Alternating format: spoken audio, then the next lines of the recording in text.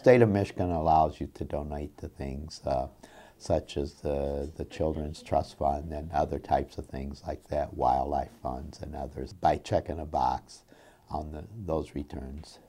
Most people aren't even aware that they can do that on the state return.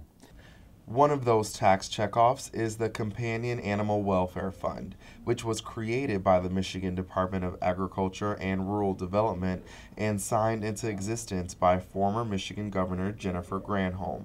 The fund exists to help shelters afford spay and neutering for pets like Daffodil here, so that they're more quickly adopted.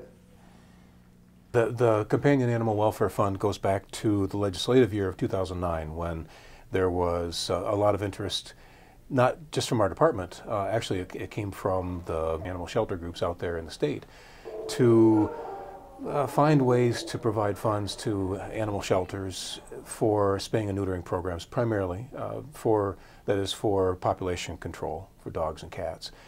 The law enabled the Department of Treasury to place a checkoff box on the Michigan tax form where residents could give some of their refund back to the state to put into this fund. It helps manage the burden that we all bear through funding animal control efforts across the state and all of the things that are attached to that. Such as citizen concerns related to stray animals and reducing the number of animals that shelters have to care for or possibly have to euthanize due to overcapacity. But before being granted funds, there is an application process. We ask them to describe their project, and it has to fall within some parameters. We're asking for projects that are focused on animal population control and or education of officers on welfare.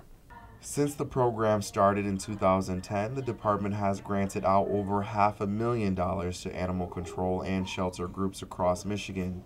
In Lansing, Aidan Clark, Home TV.